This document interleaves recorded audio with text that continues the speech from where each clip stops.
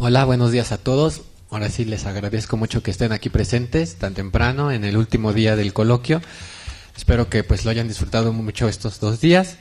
Vamos a dar inicio, ya para no atrasarnos mucho en el programa, a la mesa número 12, llamada de la superstición a lo sobrenatural en la Nueva España. La primera ponencia será impartida por el maestro Ismael Hernández González, llamada Los amuletos y su uso durante la segunda mitad del siglo XVIII, hechicería o superstición, el caso del mestizo Juan Nepomuceno ante la Comisaría Inquisitorial de Valladolid.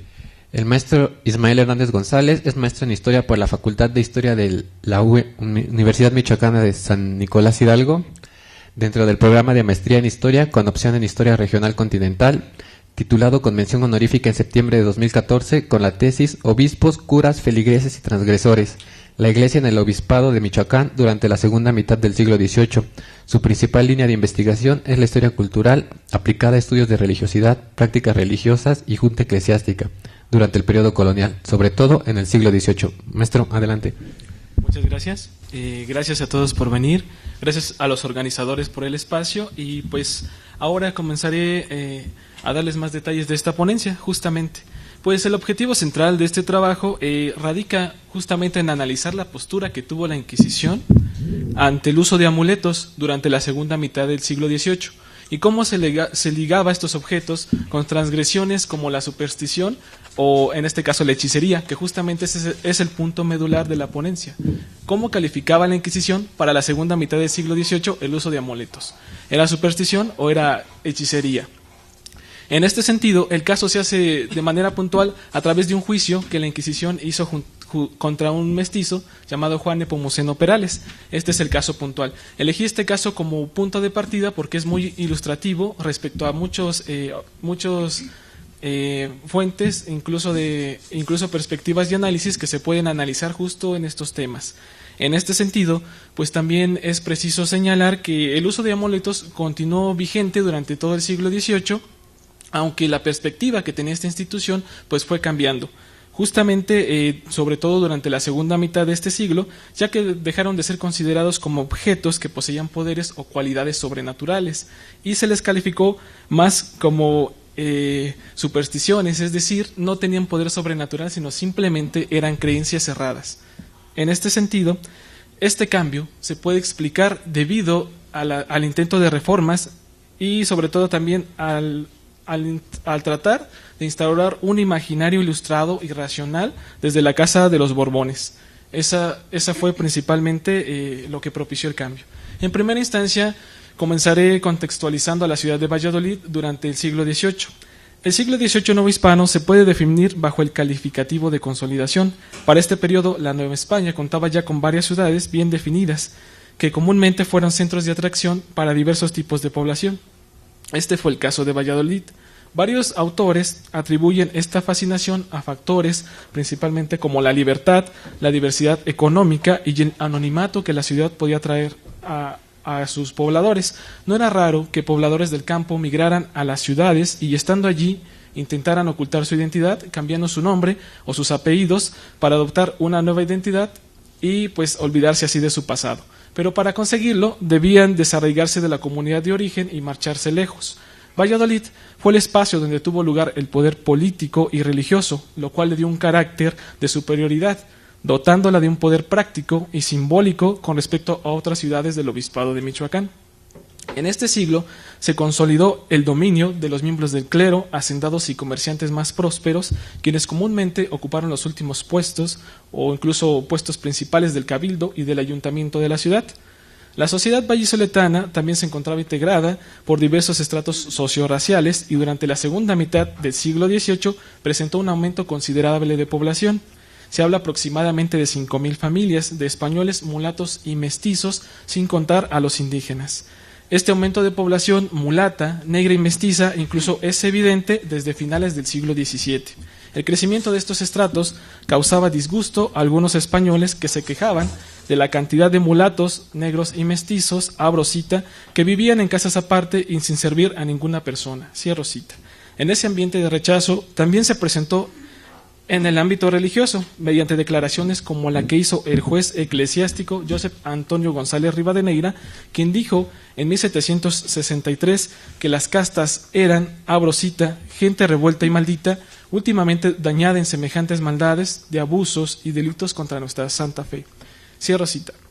La concepción negativa que se tenía de la gente de sangre mezclada se fundamentó en la adecuación que hizo el régimen colonial al imaginario de limpieza de sangre, que atribuía de manera inherente cualidades y defectos a los integrantes de la sociedad, en base a ciertos rasgos fenotípicos y a la pigmentación de la piel. En base a esta postura se consideró a los estratos bajos como agentes sociales potencialmente peligrosos para el correcto orden y funcionamiento social. Probablemente este ambiente de inconformidad también se debió al rápido crecimiento demográfico de la ciudad y al dispar aumento de las fuentes de trabajo, situación que orilló a muchos de los recién llegados a Valladolid a la vida mendicante, al vagabundaje y al bandidaje. Es probable que estos factores determinaran en gran medida el contexto de marginación en el que se hallaron inmensos los estratos de la sociedad, los estratos bajos de esta sociedad vallisoletana del siglo XVIII, acusándolos de ser los principales promotores de lo ilícito y los transgresores del correcto orden social. En el caso de los amuletos, entrando un poco más en esta materia, pues desde la perspectiva de la Iglesia Católica, las transgresiones contra la religión se derivan de los 7 pecados capitales. El Santo Oficio de la Inquisición fue la principal encargada de sancionar estas faltas cometidas contra la fe y su origen pues se remonta al siglo XII. La Inquisición novohispana, instaurada en 1571, no limitó su actividad a vigilar la herejía, sino que amplió su brazo coercitivo hacia todo dicho y hecho que tendía a perjudicar a la moral, las buenas costumbres cristianas, los sacramentos, al santo pontífice, a la autoridad civil y a los objetos de culto para fines paganos. Las denuncias más comunes pues fueron contra la blasfemia, la bigamia, la hechicería, la solicitación y la superstición, entre otras, castigando el uso de hierbas como el peyote, la santa rosa, asociados con la superstición, y comúnmente también pues con la hechicería, la adivinación, la sanación y la magia erótica. En este trabajo pues me centraré principalmente en las transgresiones de la hechicería y la superstición, analizando pues el proceso que esta institución hizo contra Juan Nepomuceno Perales. El día 4 de enero de 1776, como a las 11 de la mañana, se presentó ante Domingo de Arana, comisario del Santo Oficio de la Inquisición de Valladolid, don Fermín de Monreal, el regidor del Cabildo vallisoletano, haciéndole saber al comisario que había prendido en la plaza mayor de esta ciudad a Juan Nepomuceno Perales, un mestizo acusado de robar varias cosas en algunos puestos de la misma plaza, y al ser aprendido y registrado se le encontró entre sus ropas un envoltorio con peyote, piel de coyote, hierba de Santa Rosa, además de portar en la mano una chuparrosa, elementos que eran considerados como supersticiosos y utilizados por los hechiceros. En los 2 días siguientes, el inquisidor de Valladolid tomó las declaraciones del citado regidor, del testigo José Bernardo Torres y de José Antonio Sayas, ministro de la Real Justicia. Algunos testimonios argumentaban que Perales había sido aprehendido en la Plaza Mayor robando sin que lo pudieran ver los que habían sido robados, y que al ser registrado se le encontró un envoltorio con hierbas de Santa Rosa y otros chismes de brujería, por lo que fue encadenado y llevado ante la autoridad civil. Pero se consideró que esta causa le correspondía al Santo Oficio de la Inquisición, justamente por los objetos que portaba, por lo que se notificó de lo ocurrido al comisario vallisoletano. Al reo le acompañaba su esposa, Francisca Javiera Jiménez, quien fue puesta en una casa de recogidas por ser considerada cómplice del delito y además para evitar que anduviera vagando por la ciudad mientras su esposo se encontraba preso.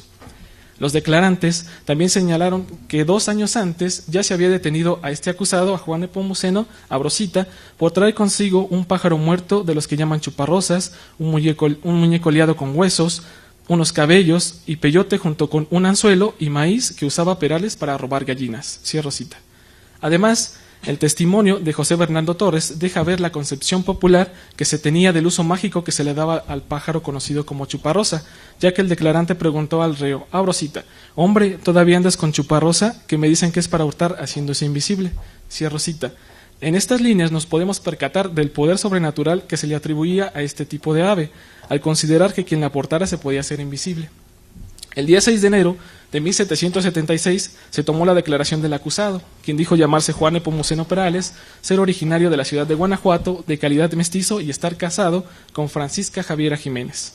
El reo argumentó que el peyote y la chuparrosa se los había dado un hombre que conoció en una casa de juego en el pueblo de Curucupaseo, que también era conocido como Cucupao o el actual Quiroga, cercano a Morelia.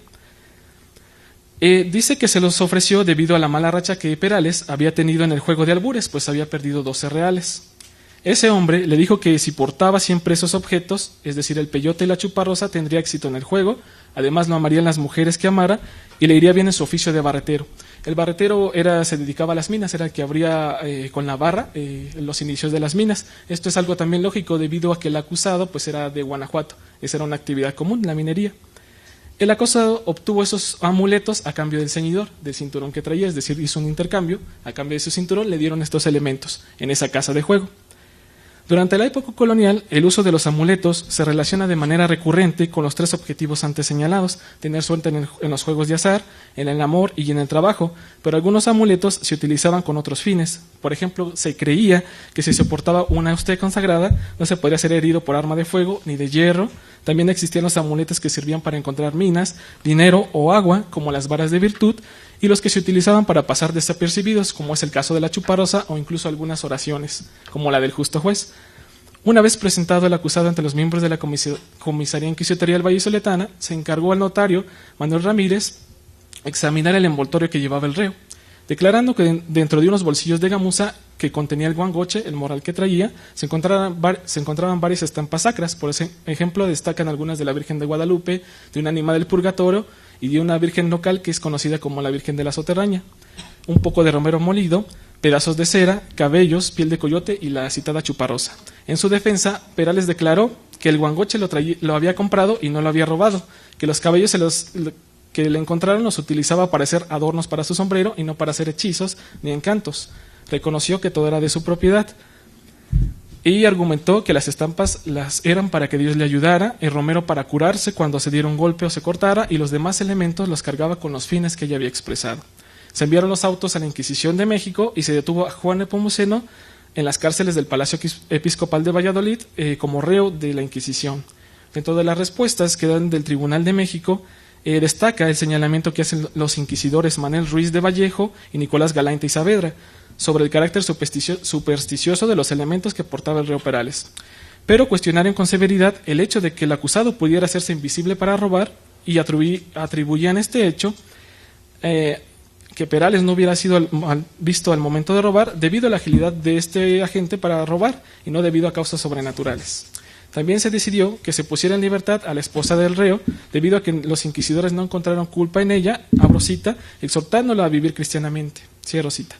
Los inquisidores de México también encontraron inconsistencias en las declaraciones de los testigos. Por ejemplo, Bernardo Torres, quien fue quien lo aprendió, declaró que Perales robaba sin ser visto, mientras que José Antonio de Sayas, el ministro de la Real Justicia, dijo que el tocinero que había sido robado se quejó ante Bernardo Torres, es decir, la persona anterior, de haber sido robado por el detenido. Entonces aquí había contradicciones, unos decían que no lo veían, otros decían que sí lo habían visto, y por eso el Tribunal de México dice que hay inconsistencias. Asimismo se pidió que se incluyeran los datos del tocinero y del jatero que se suponía habían sido robados en la Plaza Mayor.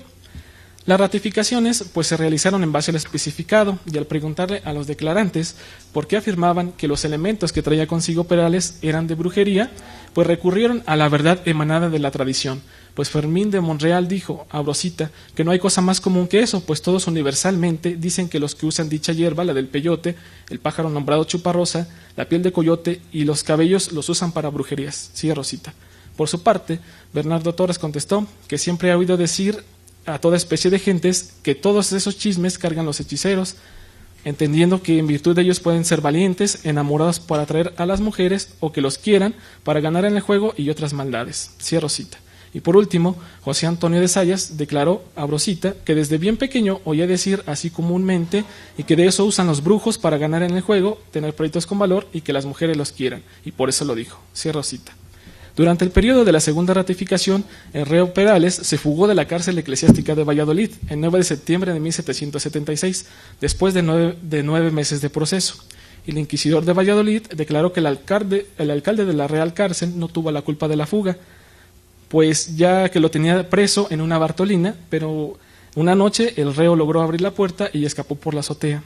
Con el fin de recapturarlo, a Juan Nepomuceno Perales, se mandaron cartas cordillera a todos los curas del obispado, con la descripción física del reo. Se decía, abro cita, el reo es bajo, bajo de cuerpo, de color amarillo, de poca barba, ojos negros, labios gruesos, pelo crespo, está descalzo, de piernas y de pies flacos. Cierro cita.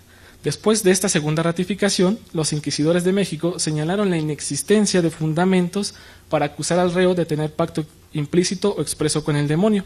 Tampoco encontraron pruebas para calificarlo de hechicero y solo lo culparon de supersticioso, lo que despoja a sus prácticas de cualquier poder o habilidad sobrenatural y la reducía a creencias cerradas, pero se ordenó suspender estas acusaciones hasta la reaprehensión del reo. Esto se decretó el 31 de octubre de 1776 y casi 2 años después, el 22 de julio de 1778, el reo fue reaprendido por la justicia civil y acusado de superstición. Nuevamente se lo llevó a las cárceles eclesiásticas de Valladolid, donde se había fugado anteriormente. Nuevamente desde el Tribunal de México se ordenó que se le diera una nueva audiencia por los cargos de superstición. El 8 de enero de 1779 se ordenó al comisario vallisoletano poner en libertad al denunciado, reprendiéndolo severamente y exhortándolo a que no volviera a caer en ese tipo de supersticiones. Cuando se realizó la audiencia de cargos, el acusado declaró haber creído en la eficacia de los elementos que portaba, pero también expresó estar arrepentido de sus errores. Además, manifestó una suficiente instrucción en los principios de la fe y declaró ser católico cristiano. Posteriormente, la esposa del reo se presentó ante Domingo de Arana, el comisario vallisoletano, para exponerle los 18 meses que llevaba su marido en prisión bajo la calumnia de ser hechicero, cargo que no se le había podido comprobar, por lo que pidió al comisario tuviera piedad de su situación, ya que se encontraba padeciendo graves necesidades porque no tenía con qué alimentarse ni tampoco tenía que llevarle a su familia ni a su marido, por lo que pidió la liberación de éste. La severa reprensión y la posterior liberación del reo Perales estaban programadas para el 12 de enero de 1779, pero a causa de un grave accidente acaecido al comisario Domingo de Arana, la comisión debía pasar al comisario suplente, quien era el doctor don Mariano Antonio de la Vega, pero debido a su repentino fallecimiento, se nombró al doctor don Joaquín de Cuevas como comisario del Santo Oficio de Valladolid, quien finalmente, el 28 de mayo de 1779, casi 4 meses después, hizo traer ante su presencia al reo Juan Nepomuceno Perales, abro cita, y lo reprendió severamente sobre sus excesos, explicándole con expresiones bien claras la falacia de la superstición y exhortándole a que en el futuro viva con arreglo a la santa fe que profesó a Dios en el bautizo. Cierro cita. También le hizo énfasis en que se instruyera en la fe con eclesiásticos cultos y procurara los sacramentos de la confesión y la Eucaristía, y en caso de reincidir en el citado delito de la superstición o en otro de igual naturaleza, sería tratado con todo rigor del derecho y no con la benignidad que se le había tratado. El reo aceptó lo mandado y expresó, abro cita, que en adelante viviría conforme a los divinos preceptos y para ello procuraría su mejor y más puntual inteligencia. Cierro cita. En este tenor se dejó en libertad al reo y se le ordenó que se fuera a su casa. Todo fue asentado en diligencias para que constara su validez. El castigo que se le aplicó por ser acusado de superstición fue mucho menor al que se le hubiera administrado en caso de ser encontrado culpable de hechicería, sobre todo en siglos anteriores al XVIII. Dentro de las consideraciones finales se puede señalar que durante la segunda mitad del siglo XVIII el discurso religioso oficial estuvo dirigido a favorecer las políticas de reformismo implantadas por los Borbones, fundamentadas en las corrientes del pensamiento del racionalismo ilustrado que cuestionaran a las instituciones tradicionales, las costumbres y la moral, abogando por la superioridad de la razón como fuente legítima de la verdad y la autoridad. Esto produjo cambios en la postura de los inquisidores ante las faltas relacionadas con lo sobrenatural, siendo más escépticos ante transgresiones como la hechicería, con la finalidad de modificar los imaginarios colectivos y restarles poder, pues se encontraban, desentonaban con los afanes ilustrados de la modernización que buscados por la corona. La aplicación de justicia por parte de la Inquisición durante el siglo XVIII ya no se caracterizó por el castigo tradicional de carácter autoritario, público y violento. Por el contrario, fue un castigo difuso, interiorizado, rutinario y tendiente al disciplinamiento social. Control enfocado a castigar el alma y ya no el cuerpo de los condenados, como se hacía en siglos pasados. Es por esto que la actividad punitiva del Santo Oficio durante este siglo ya no fue tan violenta y se centró en poner en práctica las tácticas de ese disciplinamiento, mediante la reclusión de los transgresores, el embargo de sus bienes, las penitencias espirituales y las reprensiones, y recurrió en menor medida a este castigo físico ejemplar. Aunque las autoridades, tanto civiles como eclesiásticas, intentaban erradicar estos imaginarios sobrenaturales, su presencia se encontraba fuertemente arraigada en la vida cotidiana de la sociedad colonial. Los amuletos son un claro ejemplo de esta situación, pues son numerosos los testimonios que se pueden encontrar en la documentación inquisitorial que dan referencia de su uso y permanencia. Gracias.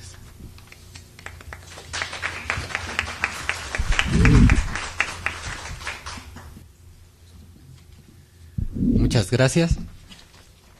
A continuación vamos a dar paso a la ponencia Perspectiva inquisitorial ante los bailes novohispanos en la primera década del siglo XIX, el caso del baile de San Gonzalo, 1816, impartida por el licenciado José Luis Quesada Lara, licenciado en Historia por parte de la Universidad Nacional Autónoma de México. Ha sido becario del Instituto de Investigaciones Históricas de la UNAM, del CONACYT y de otras instituciones. Su línea particular de investigación revisa la Iglesia y la Inquisición en Nueva España desde la perspectiva institucional a inicios del siglo XIX. Actualmente se encuentra realizando una investigación sobre el papel de los obispos y su quehacer judicial tras la supresión definitiva de la Inquisición de México en 1820. Su línea de investigación es la vida cotidiana. Compañero, por favor. Muchas gracias. Bueno, lamentablemente José Luis no pudo venir y pues daré lectura a su texto. Bueno, debo advertir que está iniciando esta línea de investigación también, por lo que hizo algunos ajustes, modificó un poco el título y le puso apuntes sobre los bailes novohispanos y la perspectiva inquisitorial en la primera década del siglo XIX. El texto inicia de la siguiente manera. La mañana del 4 de diciembre de 1802, la Inquisición de México dio a conocer un singular edicto que prohibía la vestimenta provocativa de las mujeres y el jarabe gatuno, baile al parecer que acababa de introducirse en la Nueva España.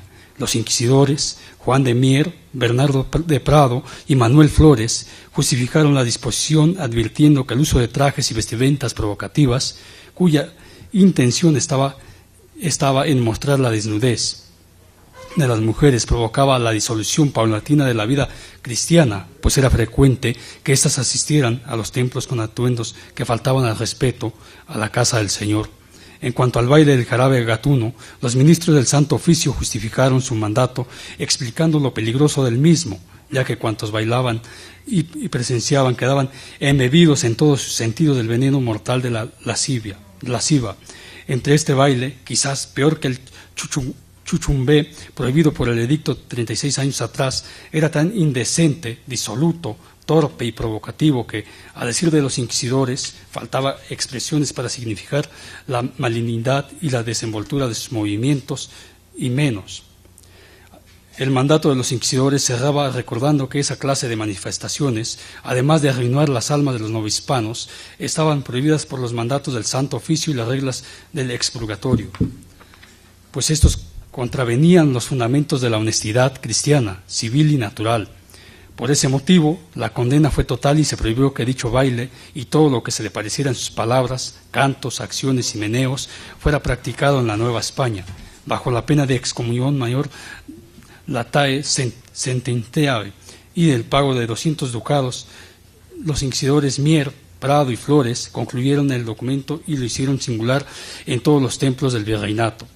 Desde la perspectiva inquisitorial, tanto la proscripción de la vestimenta femenina como la amonestación de los bailes tenía por finalidad recuperar la modestia y la devoción auténtica de la vida cristiana, ya que se buscaba mantener pura la sociedad novohispana de modas y novedades del siglo, objetivos que se apegaban a la idea tridentina que impulsaron los obispos de la segunda mitad del siglo XVIII. En ese sentido, es significativo apuntar que solo en el Tribunal de México la prohibición a los bailes y de cierto tipo de vestimentas femeninas fue expresada a través de edictos durante ese periodo. En el mismo siglo XIX, ninguno de los tribunales de América ni en España publicaron nada parecido. Tanto en la Inquisición de Cartagena como en la de Lima, la proscripción a las danzas tuvo lugar en los siglos XVI y XVII. Y no hay nada que se le parezca en lo referente a la prohibición de vestimentas en hombres o mujeres. En lo que hace a la Inquisición española, Josep Pérez ha apuntado que las restricciones a las conductas y a las costumbres caracterizaron la actividad inquisitorial de inicios del siglo XVIII. siendo la persecución de brujas y la corrección de costumbres de las actividades fundamentales del Santo Oficio.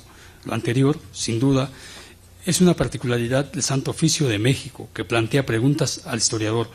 ¿Por qué la Inquisición de México, en pleno arranque del siglo XIX, seguía prohibiendo y censurando las costumbres? ¿Cuál fue la reacción de la sociedad durante este periodo? En el presente trabajo voy a indagar sobre las manifestaciones dancísticas de Nueva España en la primera década del siglo XIX.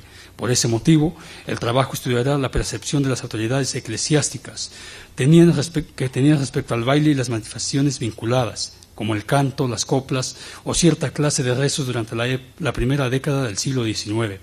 Asimismo, a través del estudio del caso, se dará cuenta de las posturas y debates que se generaron a raíz del baile de San Gonzalo, pues este fue motivo de una interesante discusión entre sus defensores, para quienes era visto como culto católico, y las autoridades eclesiásticas, las cuales vieron en él un acto de irreverencia y pecado no admisible para la Iglesia de la Nueva España.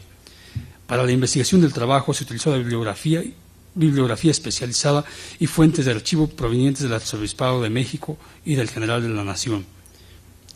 Los bailes en la Nueva España desde el siglo XVIII. Los bailes y el control de las costumbres de la Nueva España no eran tema nuevo, ni se inauguró a inicios del siglo XIX. Estos trataron de ser regulados desde temprana fecha por las autoridades eclesiásticas de Nueva España, razón por la que se ocuparon de estos temas de forma diversa. Esto puede apreciarse con mayor claridad a partir de la segunda mitad del siglo XVIII, tiempo en que se trató de disciplinar a las masas novohispanas mediante el control y regulación de las prácticas devocionales, así como sus costumbres. Uno de los primeros ejemplos del periodo puede constatarse a través del aludido edicto inquisitorial del 31 de octubre de 1766, en el que los inquisidores Fierro, Vicente y Amesto prohibieron la danza conocida como chuchumbé. Dicho baile causó estragos principalmente en la zona de Veracruz, donde era frecuente que se practicara, y a pesar de la prohibición inquisitorial, existen registros del Santo Oficio de que este se practicó por lo menos hasta 1784.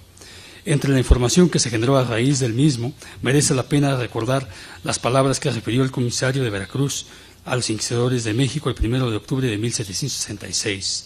Al describir las circunstancias en las que se bailaba dicho son, el dependiente del tribunal informó que las coplas se cantan mientras los otros bailan, o ya sea entre hombres y mujeres, o sea bailando 4 mujeres, 4 hombres, y que el baile es con ademanes, meneos, zarandeos, contrarios todos a la honestidad y al mal ejemplo de los que lo ven como asistentes, por mezclarse en él manoseos de tramo en tramo, abrazos y dar barriga con barriga. Fin de la cita. En el edicto del 11 de febrero de 1769, el arzobispo Francisco Antonio de Lorenzana también se arrogó a la facultad de prohibir las danzas. En el documento aludido, el prelado prohibía a los indios los bailes del palo volador, las danzas de Santiaguito y otros bailes supersticiosos, por los graves pecados de imponderables consecuencias, irrisiones, irreverencias y superstición que ocasionan, con el ánimo de fomentar una devoción verdadera, es decir, una espiritualidad que se traducía en la anterioridad de la religión y no en las manifestaciones populares. Una de las actas del Cuarto Concilio Provincial Mexicano de 1771 se pronunció sobre el tema de los bailes, en conformidad con la sesión del 25 del Tridentino. En el libro 3, título 21, párrafo 1, advertía que los bailes y los cantos no tenían lugar en la práctica litúrgica del catolicismo y que los únicos bailes válidos eran los salmos e himnos de la Iglesia. Finalmente, 11 años después de que se celebrara el concilio, el tema de los bailes seguía causando estragos en el virreinato, pero en aquella ocasión el problema fue en la diócesis de Oaxaca, en razón de que los bailes eran contrarios al cristianismo. El obispo José Gregorio Alonso de Ortigosa publicó en agosto de 1782 un edicto en el que prohibió, con pena de excomunión mayor, los bailes de la Llorona, el rubí, la manta, el pan de manteca, el zape, la poblanita, entre otros tantos. En su edicto, Ortigosa comentó que el demonio inventó todos los bailes con el fin de provocar la torpe lasciva, y recordó a los fieles que el corregidor y los alcaldes ordinarios de la ciudad prestarían los auxilios convenientes para castigar a los infractores. La intención de haber comentado algunas medidas en torno a la danza de fines del siglo XVIII, tomadas por la Inquisición, los obispos y los concilios de México, tuvo el propósito de ofrecer un panorama respecto a la normativa y percepción con las que las autoridades eclesiásticas de Nueva España definieron y combatieron el tema del baile en el virreinato, así como la vida de una sociedad inquieta en sus dichos y hechos, lo cual no necesariamente se apegaba al modelo de virtuosísimo con el que la Iglesia novohispana, influida por la ilustración de sus obispos y la reforma tridentina, quería para Indias la finalidad, según se ha visto, era acabar con el pecado, la lascivia y los malos hábitos, pero también de incidir en la formación de un catolicismo ortodoxo en el que la piedad interior preponderara por encima de las novedades en las costumbres.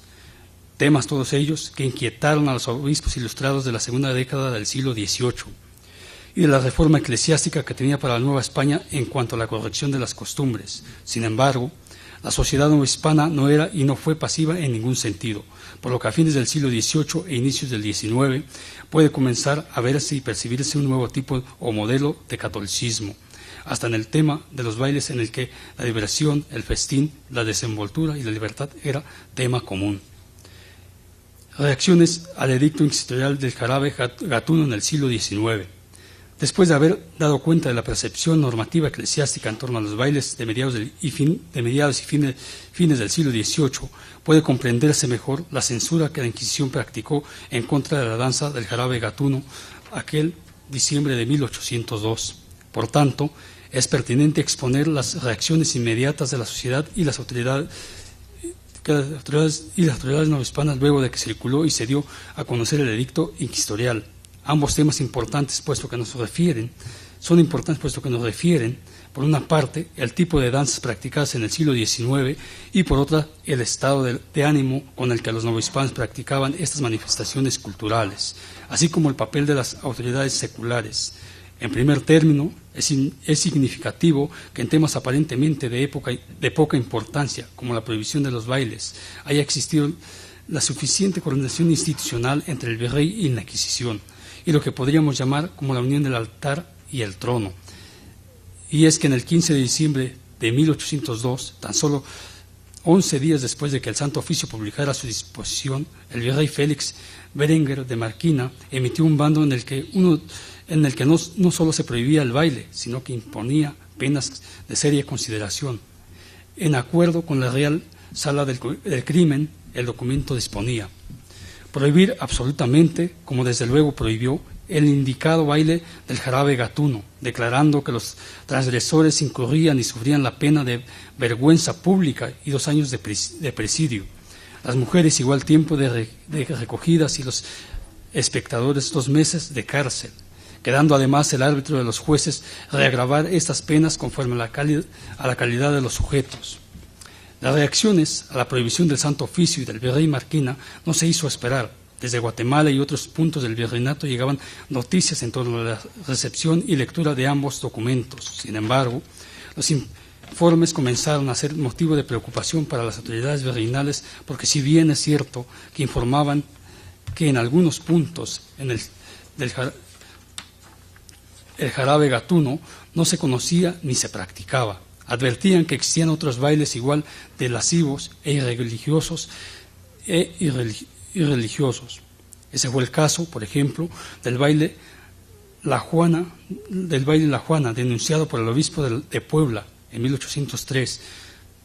Veracruz volvió a ser escenario de bailes escandalosos, siendo el de los toritos, al parecer más deshonesto que el jarabe gatuno.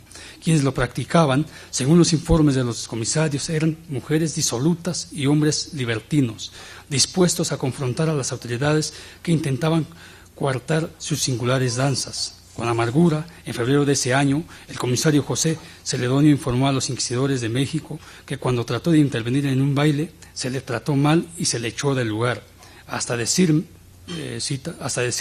que quién era yo para reprender y prohibir un baile. Según la descripción del comisario de la región, en el baile del toro nuevo y el toro viejo, cita, bailaban entre un hombre y una mujer. Esta regularmente es la que sigue el ademán de torear. Con el hombre, el de embestir, la mujer provoca y el hombre se desordena. El hombre se vuelve cuernos para embestir a la toreadora y la mujer todas se desconcierta o se vuelve banderillera para irritar al toro en los movimientos de torear y en los de embestir. Uno y otro mutuamente se combaten y ambos embisten a los espectadores que, siendo por lo común personas tan libertinas y dichosas como los espectáculos, fomentan con gritos y dichos la desenvoltura y la libertad de los perniciosos bailadores. Entre 1809 y 1816, la Inquisición de México tuvo conocimiento de otras danzas debido a las denuncias que se generaron, pero que no fueron seguidas por el tribunal. Pese a ello, el registro de las delaciones van descubriendo el doble fenómeno del que se ha venido hablando, el de la sociedad y el de la perspectiva de las autoridades. En 1815, con motivo de la introducción del vals de la desgraciada Francia, el virreinato de la Nueva España, el bachiller Lorenzo Guerrero comentó que con dicha danza, soltando la rienda a sus depravados deseos, han roto los diques a la maldad, en términos que, abandonándose a sus deleites, se puede dudar si sean cristianos católicos. Como se ha visto, la falta de religiosidad y de devoción en las danzas fue la crítica central de las autoridades eclesiásticas hacia los bailes profanos. Sin embargo, la historia de la Nueva España y de la Inquisición tiene un caso singular con el que cerraré mi participación. Ese fue el caso del baile en honor a San Gonzalo, baile que, a diferencia de los aludidos, no era profano, sino que se practicaba como una forma de devoción en el convento de Santo Domingo de la Ciudad de México. Es interesante comentar lo que sucedió con el caso, porque en este generó una intensa discusión entre sus defensores, para quienes era visto como culto a San Gonzalo, y a las autoridades eclesiásticas, quienes vieron en la danza un acto de insolencia y pecado no admisible para la Iglesia de la Nueva España. El baile de San Gonzalo, 1816. El baile de San Gonzalo, según los informes de Fray Luis Carrasco, se practicaba en el convento de Santo Domingo y constan las averiguaciones que se desarrolló entre 1814 y 1816. Se bailaba principalmente en la Ciudad de México, pero en los informes consta que se practicó en conventos dominicos de Cuautla y en Querétaro. En el caso, a diferencia de los revisados, fue la audiencia eclesiástica o privsorato de la institución encargada de llevar a cabo las indagatorias y el proceso en torno al baile. Fue el profesor José Félix Flores Alatorre quien, luego de escuchar el parecer del calificador Beristain, decidió la prohibición del baile. Es probable que, como lo afirma José Antonio Robles Chaero, la proscripción de la danza haya sido en el fondo un golpe político a los dominicos. Uno de los temas centrales fue el debate en torno a la licitud del baile que sostuvieron los dominicos y los ministros allegados al provisorato, pero dado el tiempo que no podría abordar. Conclusión. En el artículo intenté presentar un panorama general con el que me he acercado a los bailes novohispanos entre fines del siglo XVIII e inicios del siglo XIX. Los hallazgos documentales han sido de interés, pues han dejado al descubierto comportamientos sociales que rebasan la buena conducta del catolicismo novohispano y muestran a una sociedad inquieta en su comportamiento social. Al mismo tiempo, se revisó la actitud institucional de la Inquisición, los obispos, el virrey y el provisorato y su proyecto ilustrado para con la devoción y su modelo de sociedad que intentaron formar en Indias. El tema no se agota en estas páginas, pues preguntas e inquietudes quedan abiertas. Queda, por ejemplo, revisar las actitudes que pensadores como Lizardi tenían en torno a los bailes. Sociedad, instituciones y pensadores siguen siendo un tema pendiente. Muchas gracias. Muchas gracias. A continuación vamos a dar paso a la ponencia titulada El mundo de lo sobrenatural a través de 3 experiencias de mujeres en la Nueva Galicia durante la segunda mitad del siglo XVI, presentada por la licenciada Verónica Patricia Briceño Rodríguez, porque es pasante de la licenciatura en Historia por la Universidad de Guadalajara, Ha tenido varias participaciones en la red de investigadores del fenómeno religioso en México y su línea de investigación es la historia cultural. Compañera, por favor. No, ok, gracias. Buenos días. Bueno, este trabajo deriva de mi tesis de licenciatura en Historia, cuyo objetivo era conocer algunas formas de representación y significación de lo sobrenatural en el occidente novohispano del siglo XVI, para visualizar los sentidos de la realidad inmaterial y comprender su impacto en la configuración de la cultura local. Hay muy pocos estudios sobre Nueva Galicia en el siglo XVI, y bueno, esta es una aportación para ir reconstruyendo un poco a poco esta historia de Nueva Galicia, que todavía nos falta mucho por conocer. Y aunque inicialmente me interesó estudiar la hechicería en Nueva Galicia, el encuentro con el caso de Catalina Cordero, una mestiza acusada por blasfemia, que veremos más adelante en esta ponencia, derivó en la búsqueda y comprensión de lo sobrenatural, noción que implica una compleja construcción de significados.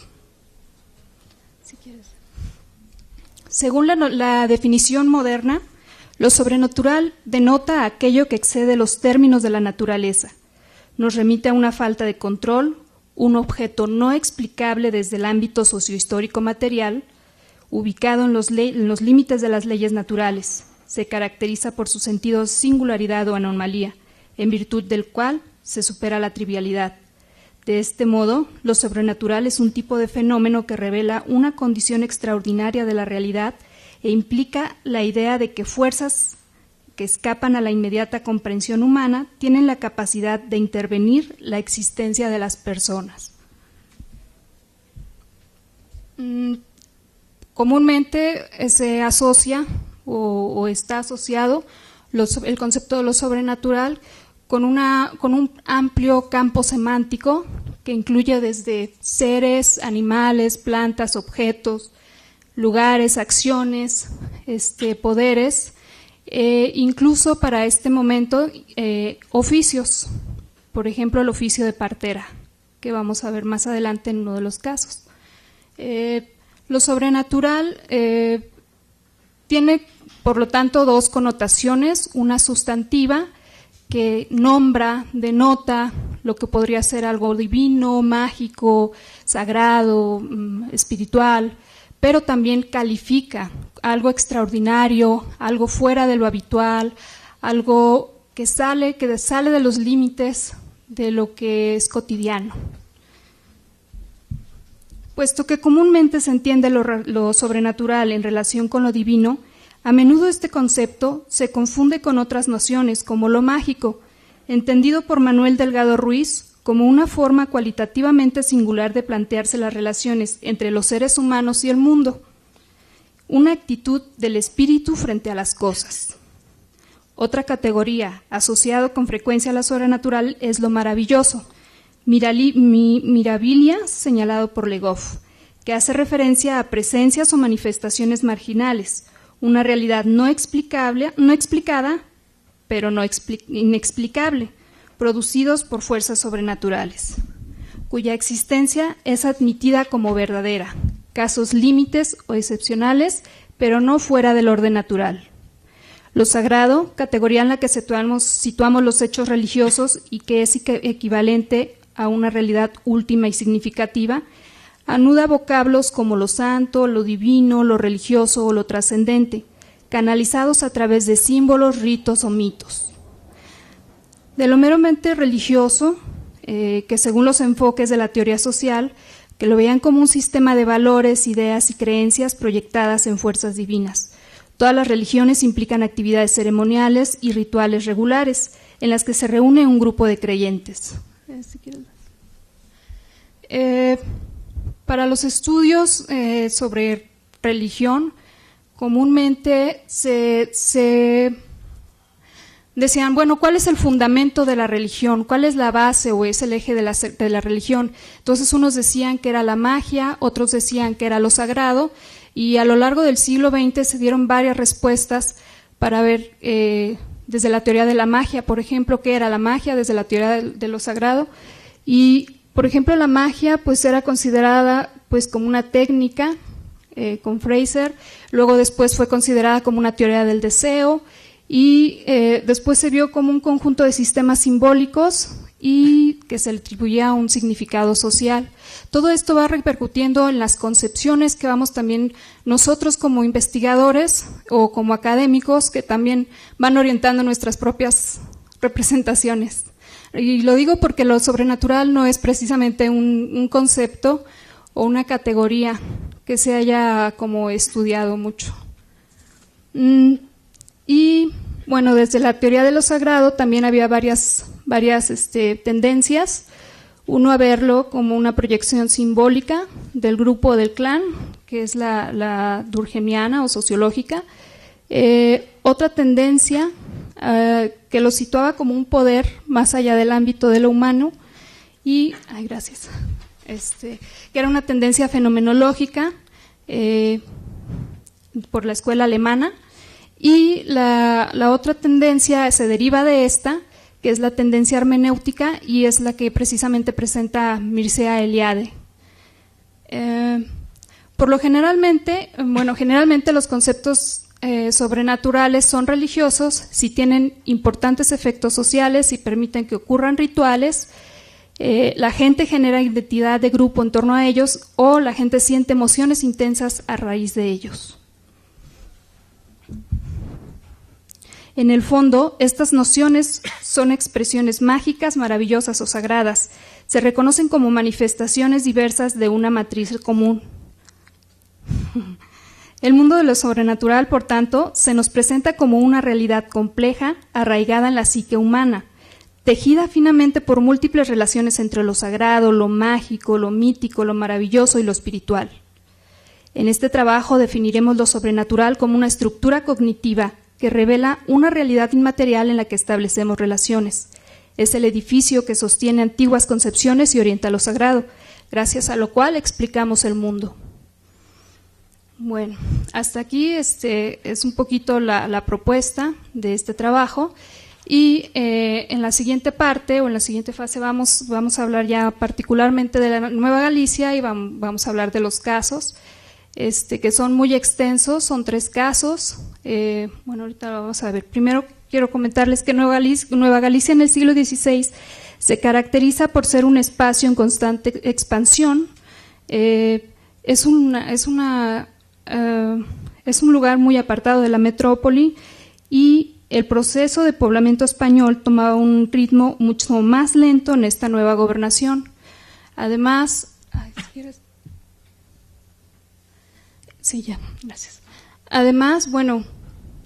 había muchos problemas de control social y también había altos grados de violencia.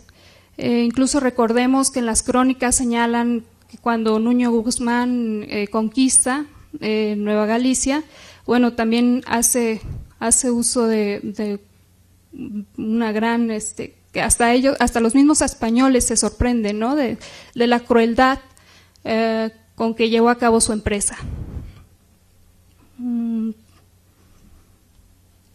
De ahí que, pensando en voz alta, valdría la pena cuestionar si este medio alejado del control eclesiástico, donde la ortodoxia no puede imponerse con comodidad, sería más propicio para el desarrollo de representaciones de lo sobrenatural. Bueno, entonces, los 3 casos que aquí exponemos suceden en 1560, cuando han pasado aproximadamente 40 años de presencia española en la región. Los 2 primeros procesos no son realmente novedosos, ya que han sido presentados por Rubén Villaseñor Bordes en su obra La Inquisición en Nueva Galicia del siglo XVI, colocándolos bajo el rubro de causas por hechicería. Sin embargo, no profundiza mucho en ellos.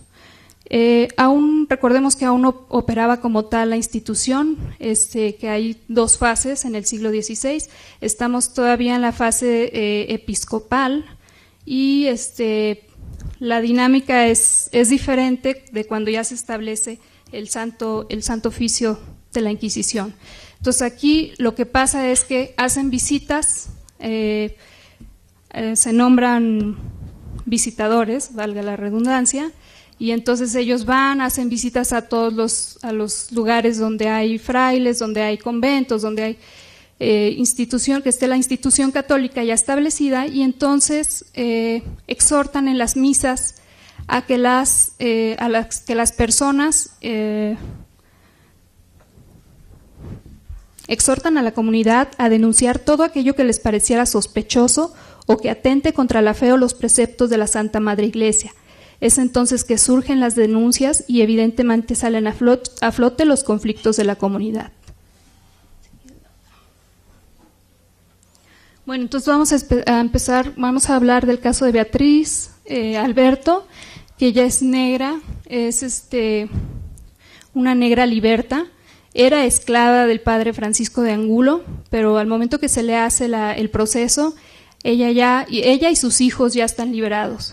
El proceso comienza el 13 de marzo de 1570 y termina el 5 de noviembre de 1570, lo que aproximadamente serían 7 meses que dura el proceso y que está sucediendo entre Compostela y Guadalajara. Al principio empieza la denuncia en Compostela. Después solicitan que se vaya al Cabildo de Guadalajara, por eso se hace el traslado, se llevan a Beatriz y bueno, se está constantemente yendo y viniendo. El caso de Barbola de Zamora, mulata española, que ella es partera, se le hacen 3 diferentes procesos. Uno, el primero el 29 de agosto de 1565, y termina el 29 de noviembre de 1565 también, dura 3 meses aproximadamente. El segundo dura 1 semana, en marzo de 1569, y el último comienza el 10 de abril de 1570 y finaliza el 8 de junio de 1570. Aproximadamente dura 2 meses. Y el caso de Catalina Cordero, que ella es mestiza. Ella es hija de un conquistador y de una indígena española. Ella nace aquí en Ciudad de México, bueno, nace en el Virreinato, nace en México, pero se casa y se va a radicar a Nueva Galicia. Su proceso comienza el 7 de mayo de 1570 y termina el 23 de junio de 1571. Su proceso es el más largo, dura aproximadamente 1 año. Los tres casos son muy extensos, dan muchísimos datos de todos los conflictos y toda la dinámica que hay interna entre la comunidad, en la misma comunidad. Entonces, no me voy a detener mucho en platicar como los dimes y diretes, ¿no? Más bien quiero señalar las cosas que decían los testigos, incluso los mismos inquisidores, y creo que resumen básicamente lo que se les estaba inculpando. Entonces a Beatriz se le inculpaba de que había bebido algunos polvos para hacer que apareciera una sábana. Bueno, el detonante de su proceso es que se pierde una sábana. Ella manda a lavar a una criada del padre Angulo, que es india, la manda a lavar al río. Entonces, estando allá, bueno, pues también varias criadas indias también están ahí haciendo sus labores, y en una de esas yo creo hubo alguna confusión y la criada de María de Altopica, una española, se lleva la sábana a su casa, y entonces pues otra criada de María de Altopica, que es una negra, va y le dice a Beatriz: oye, es que tu sábana está en la cuna del bebé de María de Altopica. Entonces va Beatriz, trata de recuperar la sábana. Entonces María de Altopica le dice: no, es que yo no la tengo, y ella se va directamente a la cuna, saca la sábana y dice: esta es mi sábana. Entonces, derivado de esto, bueno, María de Altopica aprovecha la oportunidad cuando llega el visitador y hace la denuncia de que ella había bebido los polvos para adivinar dónde estaba la sábana. También se dice que, bueno, de ahí empieza a hacerse público, y una vez que se hace público ya es como un teléfono descompuesto, y cada uno de los testigos va diciendo cada quien su versión de lo que oyó, de lo que entendió, y cada uno le va agregando, le va quitando, y van descontextualizando toda la situación, hasta el grado en que, por ejemplo, que se me hizo muy curioso, que dice que cuando una persona, que dijo Beatriz, que cuando una persona está enojada, que diga que Dios es puto y sus santos son putos. Esto está realmente completamente descontextualizado. Lo que pasó ahí fue que ella estaba molesta con otro vecino de Compostela y entonces lo que hizo fue hizo un comentario, llega a los oídos de este vecino va y la confronta y entonces ella le dice, bueno, pues es que cuando uno está enojado uno dice cosas y uno puede decir que Dios es puto y sus santos son putos, como, no hay problema, ¿no? Pero entonces lo sacan totalmente de contexto y llega a los oídos de los inquisidores, perdón, bueno, llega a los oídos de los inquisidores y entonces ellos, bueno, pues ya malinterpretan toda la situación. Si quieres pasamos al otro. El de Barbola de Zamora, bueno, ella cura mal de ojo y también hace otro tipo de curaciones, también hace, pues es partera, también realiza los huesos, repara de los huesos. Entonces, ella se le acusa en uno de los procesos, el proceso que dura una semana aproximadamente, de dar peyote a un indio chichimeca para ver dónde están unas indias que se le habían escapado. No es el primer caso en que me topo que daban de beber a los chichimecas, a los indios chichimecas, que iban y los buscaban para que bebieran el peyote y entonces les dijeran cosas que querían saber. No sé si es una práctica común, pero al menos en 2 fuentes de las que yo consulté, sí se hace referencia a esa práctica.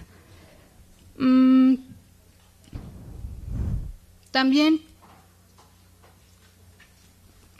este caso también es muy interesante porque están después de que fue a atender a una de las vecinas porque acaba de dar a la luz, entonces están ahí un grupo de mujeres y empiezan a comentar, y esta es una plática, es una escena muy familiar, es como una tarde que están ahí reunidas y ellas empiezan a decir, bueno, a mí me gustaría tener hijo y que Dios me bendiciese como su fruto y y entonces ella les empieza a hacer recomendaciones ante sus diferentes problemas que todas están exponiendo, y entonces ella les dice, bueno, pues récenle al ánima sola, y el ánima sola, pues ella les va a ayudar. A mí me la recomendó una vieja de Taxco y entonces ella me dijo que me fuera al campo, que le rezara al ánima sola. Estando ahí en el campo, pues me aparece el ánima, se apareció detrás de mí, y entonces de repente me cruzó del cuerpo y salió de mí como un perro negro. Y bueno, da una serie de imágenes y de referencias en torno al ánima sola y bueno, ellas decían, bueno, pero es que no es... no está fuera de la iglesia esto. Dice, no, recordemos que el purgatorio está lleno de ánimas, ustedes récenle a la que esté más desamparada y ella las va a ayudar, y entonces ustedes díganle, ánima sola, favoréceme, si no, nunca te favoreceré ni ayudaré con mis oraciones.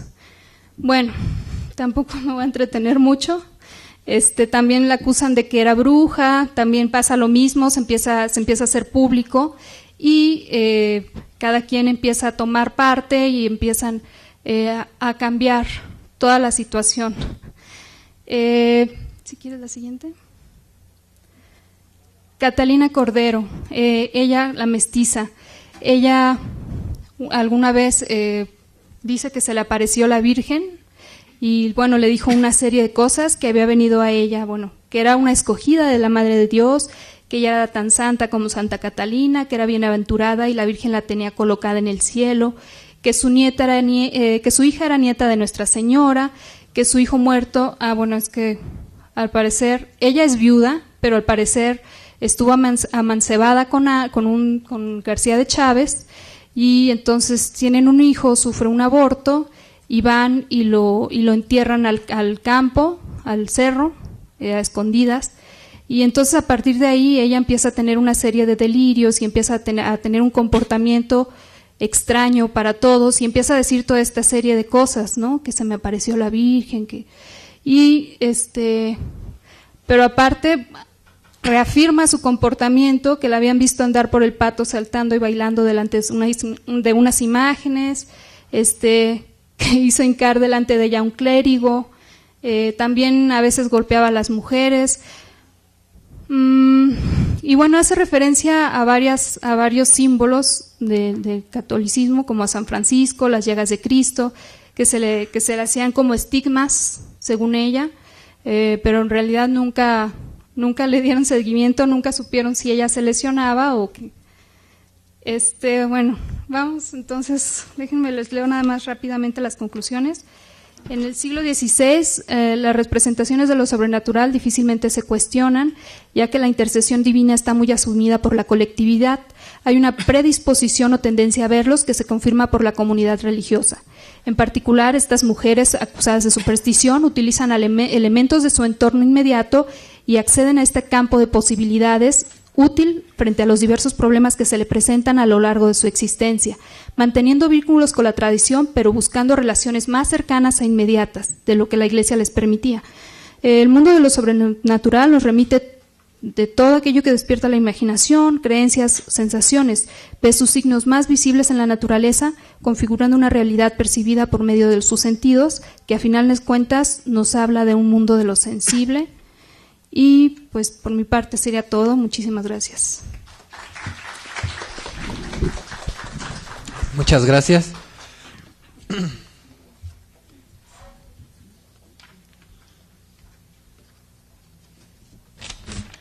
A continuación vamos a dar paso a la ponencia titulada Fauna sobrenatural, uso y relación de animales en la hechicería durante el siglo XVII, presentada por la compañera Jocelyn Pacheco Coronel, pasante de la licenciatura en Historia de la UNAM.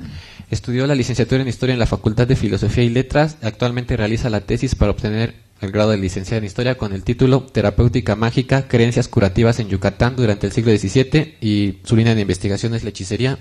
Compañera, por favor. Gracias.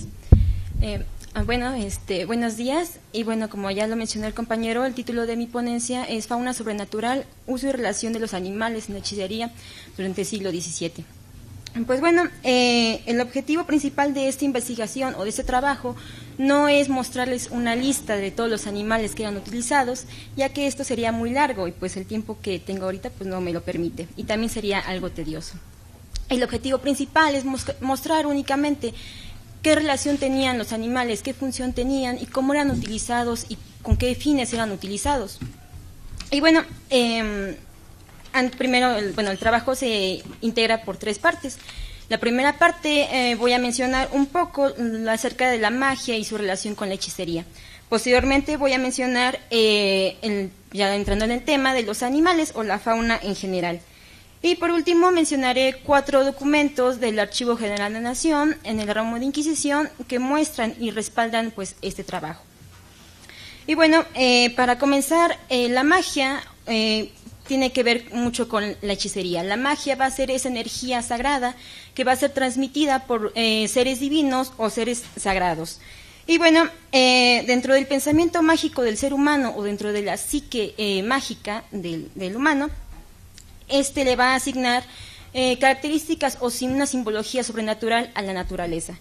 Y bueno, entre esos elementos pues se encuentra el agua, el fuego, la tierra, el aire. También se encuentran elementos como las rocas, las plantas y propiamente los animales. Y bueno, la hechicería pues va a ser esta serie de rituales que van a estar manifestada la magia. Y bueno, la hechicería pues va a ser efectuada para lograr distintos fines. Durante la Nueva España, la hechicería comúnmente era realizada con fines relacionados con el amor, en este caso la hechicería amorosa, cuyo único objetivo era conseguir o retener el amor de un hombre. Y bueno, para que esta energía o esta manifestación de lo divino o de lo sagrado pueda mostrarse hacia el humano o hacia el ser humano, es necesario un intermediario o un vehículo que sea el transporte de esta energía. Bueno, como lo mencioné, se encuentran las rocas, las plantas o los animales. Y bueno, la fauna pues va a cumplir un papel muy importante. Para la hechicería pues se van a agrupar los animales dependiendo de los elementos. En este caso tenemos el agua, que se van a integrar los peces, el aire va a ser integrada por las aves, como los búhos, las águilas o las gallinas o los gallos. El otro elemento es la tierra, y bueno, en la tierra se van a encontrar los venados, los monos o las serpientes. Y bueno, esos animales no son los únicos que integraban estos elementos, pero por cuestiones del trabajo, pues son los únicos que estoy citando. Y bueno, en el ritual se tenía que tomar en consideración muchos aspectos o muchas características propias del animal, como por ejemplo, cuál era el sexo del animal, si era un macho o una hembra, si era un joven o un adulto, si era o si tenía alguna otra característica en su cuerpo, como van a ser los cuernos. En algunos animales los cuernos van a estar relacionados con la luna en su fase de cuarto creciente. Y bueno, otro aspecto interesante es que no todo el animal era utilizado en la hechicería. Esto quiere decir que varias partes se utilizaban para distintos medios. ¿Cómo van a ser la cabeza, en las extremidades, las vísceras, los huesos o los rabos? Y bueno, también se tomaba en consideración la relación que tenían con algunas partes del cuerpo humano. Y bueno, esto quiere decir, por ejemplo, los búhos estaban relacionados con la visión del humano, la mandíbula estaba relacionada con los perros, y las piernas se relacionaban mucho con las serpientes. Y bueno, y también se debía tomar en consideración con qué objetivos se estaba realizando este tipo de ritual en el que se involucraban esta clase de animales. Y bueno, se podían realizar los rituales de dos maneras. Principalmente, una de ellas era administrar o consumir el animal, y la otra era por medio de un sacrificio. Al consumir el animal se podía ejercer de una manera más eficaz esta energía mágica o esta energía sagrada. Al ser sacrificado, pues el animal inmediatamente pasaba a ser un tributo o una ofrenda a estas divinidades o estos seres sagrados. Y bueno, para las hechiceras novohispanas, cuando practicaban esta clase de rituales, pues se encontraron con que los animales que se encontraban aquí en la Nueva España pues eran muy distintos a los que se podían encontrar en el Viejo Mundo. Y bueno, en muchas ocasiones recurrían a la ayuda o a la guía de los hechiceros o los curanderos indígenas, quienes compartían este mismo código mágico. Es decir, estos curanderos indígenas tenían esta misma percepción de la naturaleza como una manifestación de esta energía mágica. Y bueno, ahora voy a mencionar los procesos seleccionados para sustentar más este trabajo. El primer proceso es en contra de María Vázquez. Y bueno, esta mujer, su proceso fue en 1615, el 8 de febrero. Y bueno, en la provincia de Michoacán. Esta mujer fue acusada por haberle colocado tierra de muertos debajo de la almohada de su marido y por haberle dado a consumir sesos de burro. Y bueno, esto era con la única objetivo de que ella no fuera descubierta en su adulterio. El segundo proceso es en contra de Diego Mendoza. Diego Mendoza es acusado por haberle ofrecido a una mujer de nombre María de Olmedo igual sesos de burro. Y bueno, esta mujer, María de Olmedo, se negó, ya que, el objetivo de Diego Mendoza era que María de Olmedo le diera estos sesos de burro a su marido para que igual no sospecharan de su misma infidelidad o de su mismo adulterio. Esta mujer se negó ante este ofrecimiento que le estaba haciendo Diego Mendoza, justificando que no podía hacerle eso a su marido por el amor a él y a su hija. Y bueno, el tercer caso es un poco distinto. El tercer caso es un proceso en contra de María de Aguilar. Y bueno, esta mujer fue acusada por haber utilizado ranas para introducirlas en un hormiguero. Y bueno, este proceso es algo interesante porque en el documento no especifica con qué finalidad fue hecho o para quién fue hecho. Únicamente menciona que este ritual fue efectuado para una maldición. Y bueno, el último proceso es en contra de Juan García. Y bueno, ante el Tribunal de la Santa Inquisición llegó Joseph de Alba para acusar a Juan García, un mozo que trabajaba para su padre. Y bueno, Joseph de Alba cuenta que una tarde encontró en las pertenencias de Juan García una cajita en la que tenían amuletos. Entre esos amuletos se encontraba una cola de venado, una pata de mico o de mono, una uña de gallo, huesos de animales de distintas procedencias y polvos para realizar hechicerías. Y bueno, en los dos primeros casos en donde es utilizado los sesos de burro, bueno, la simbología del burro o del asno viene de la Edad Media. Y bueno, esta simbología está relacionada con la virilidad. Y bueno, cuando se consumía alguna parte del burro, pues se estaba haciendo uso a la magia o la energía mágica para fortalecer o fomentar la fertilidad del hombre. Pero, ¿qué ocurría cuando se eran suministrados los sesos del burro? Los sesos de burro tenían otro tipo de simbolismo. Y bueno, cuando eran suministrados, bueno, estos sesos de burro podían ser administrados en forma de pasta o en forma de polvo. Y en algunas ocasiones se les agregaba chocolate o sangre menstrual. Y dudo mucho que haya sido algo muy agradable.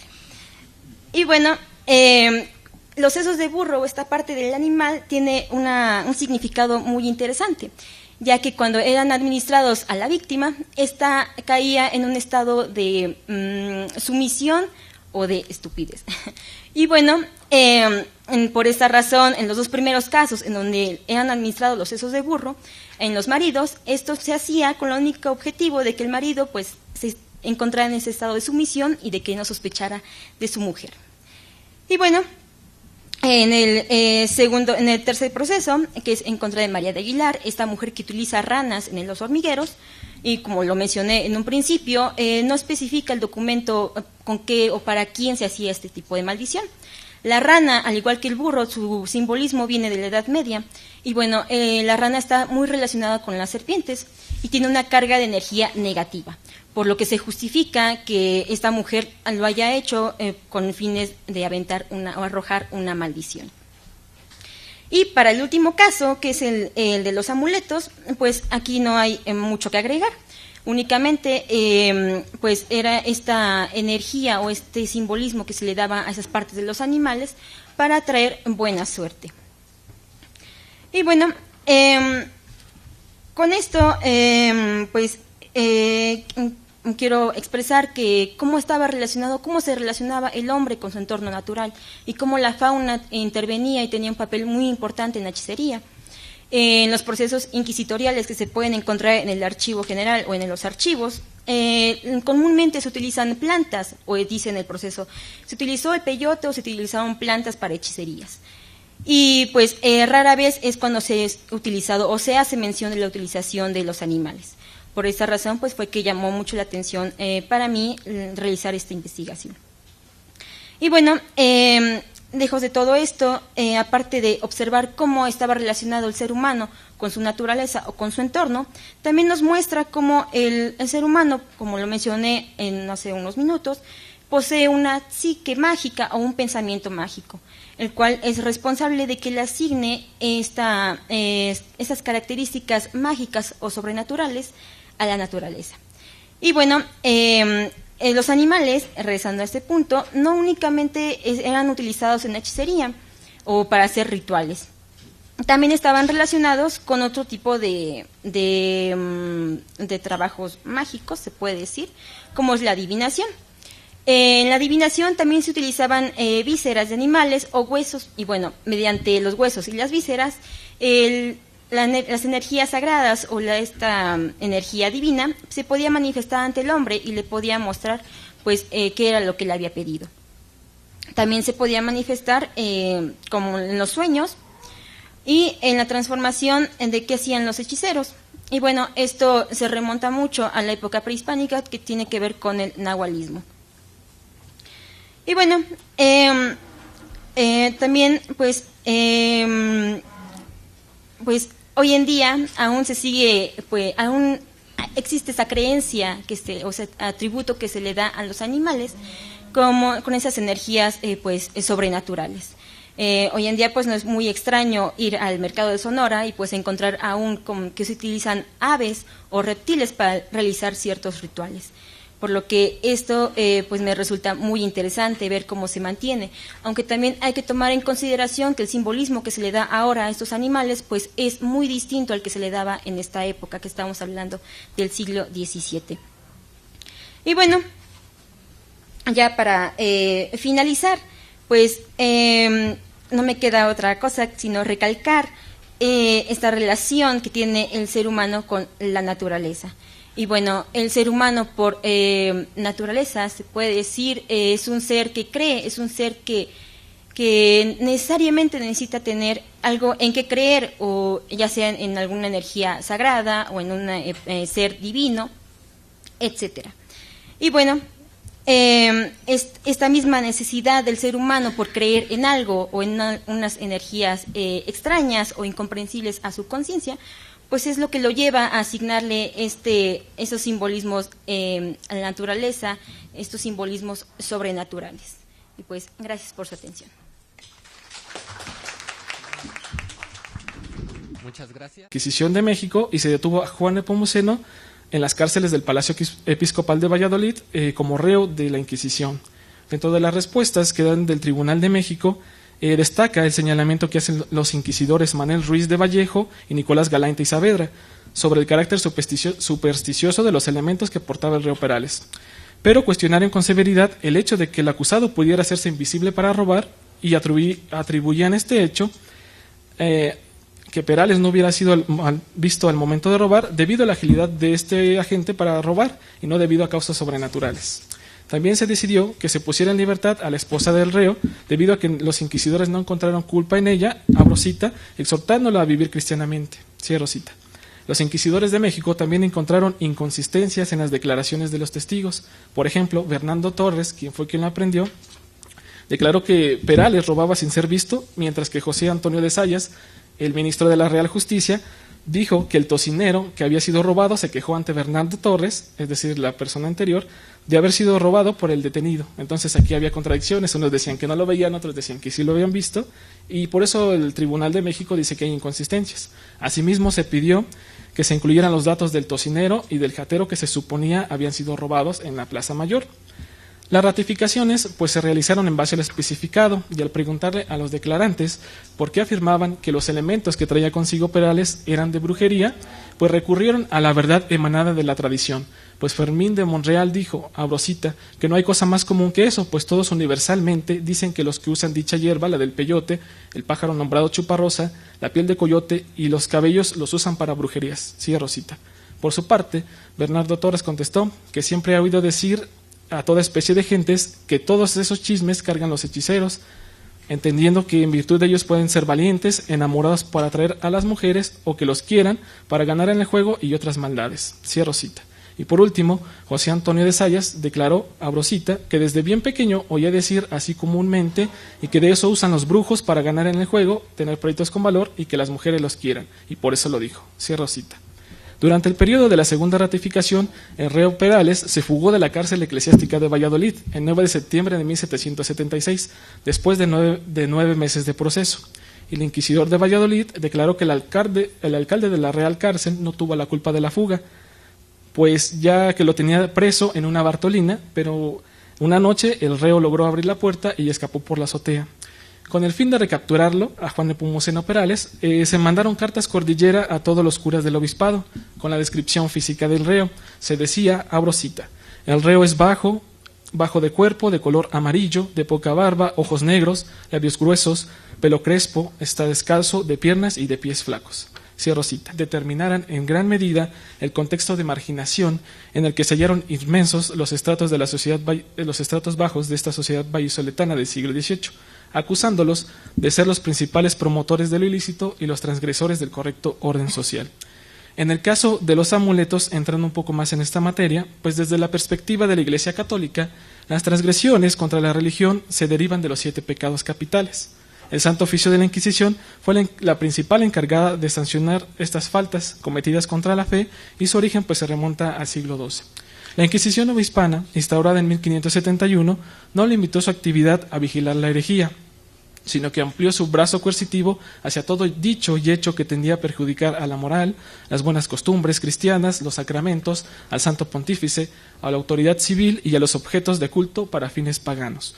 Las denuncias más comunes pues fueron contra la blasfemia, la bigamia, la hechicería, la solicitación y la superstición, entre otras, castigando el uso de hierbas como el peyote, la santa rosa, asociados con la superstición y comúnmente también pues con la hechicería, la adivinación, la sanación y la magia erótica. En este trabajo pues me centraré principalmente en las transgresiones de la hechicería y la superstición, analizando pues el proceso que esta institución hizo contra Juan Nepomuceno Perales. El día 4 de enero de 1776, como a las 11 de la mañana, se presentó ante Domingo de Arana, comisario del Santo Oficio de la Inquisición de Valladolid, don Fermín de Monreal, el regidor del Cabildo vallisoletano, haciéndola saber al comisario que había prendido en la plaza mayor de esta ciudad a Juan Nepomuceno Perales, un mestizo acusado de robar varias cosas en algunos puestos de la misma plaza, y al ser aprehendido y registrado se le encontró entre sus ropas un envoltorio con peyote, piel de coyote, hierba de Santa Rosa, además de portar en la mano una chuparrosa, elementos que eran considerados como supersticiosos y utilizados por los hechiceros. En los 2 días siguientes, el inquisidor de Valladolid tomó las declaraciones del citado regidor, del testigo José Bernardo Torres y de José Antonio Sayas, ministro de la Real Justicia. Algunos testimonios argumentaban que Perales había sido aprehendido en la Plaza Mayor robando sin que lo pudieran ver los que habían sido robados, y que al ser registrado se le encontró un envoltorio con hierbas de Santa Rosa y otros chismes de brujería, por lo que fue encadenado y llevado ante la autoridad civil. Pero se consideró que esta causa le correspondía al Santo Oficio de la Inquisición, justamente por los objetos que portaba, por lo que se notificó de lo ocurrido al comisario vallisoletano. Al reo le acompañaba su esposa, Francisca Javiera Jiménez, quien fue puesta en una casa de recogidas por ser considerada cómplice del delito y además para evitar que anduviera vagando por la ciudad mientras su esposo se encontraba preso. Los declarantes también señalaron que 2 años antes ya se había detenido a este acusado, a Juan Nepomuceno Abrosita, por traer consigo un pájaro muerto de los que llaman chuparrosas, un muñeco bones. Esa fue principalmente lo que propició el cambio. En primera instancia, comenzaré contextualizando a la ciudad de Valladolid durante el siglo XVIII. El siglo XVIII novohispano se puede definir bajo el calificativo de consolidación. Para este periodo, la Nueva España contaba ya con varias ciudades bien definidas, que comúnmente fueron centros de atracción para diversos tipos de población. Este fue el caso de Valladolid. Varios autores atribuyen esta fascinación a factores principalmente como la libertad, la diversidad económica y el anonimato que la ciudad podía traer a sus pobladores. No era raro que pobladores del campo migraran a las ciudades y estando allí intentaran ocultar su identidad, cambiando su nombre o sus apellidos para adoptar una nueva identidad y pues olvidarse así de su pasado. Pero para conseguirlo debían desarraigarse de la comunidad de origen y marcharse lejos.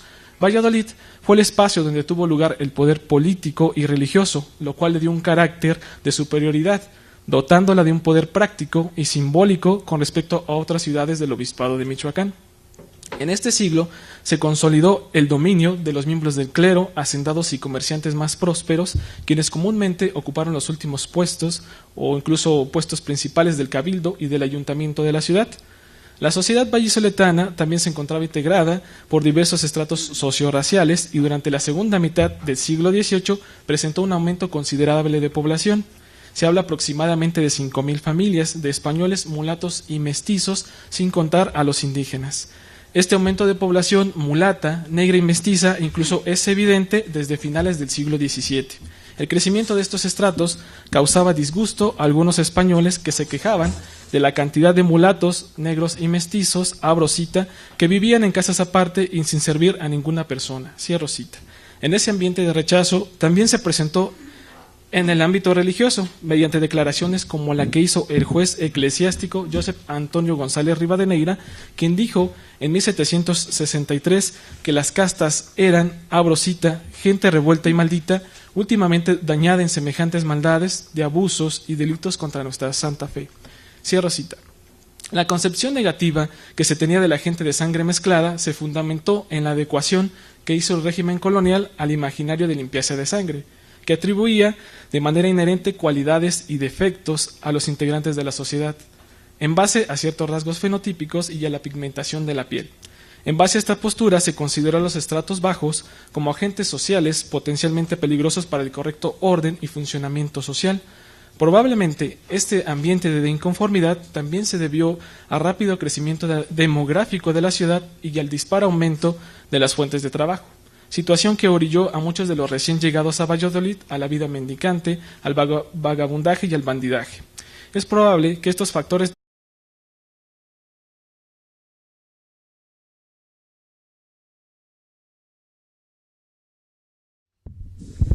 Hola, buenos días a todos. Ahora sí les agradezco mucho que estén aquí presentes tan temprano en el último día del coloquio.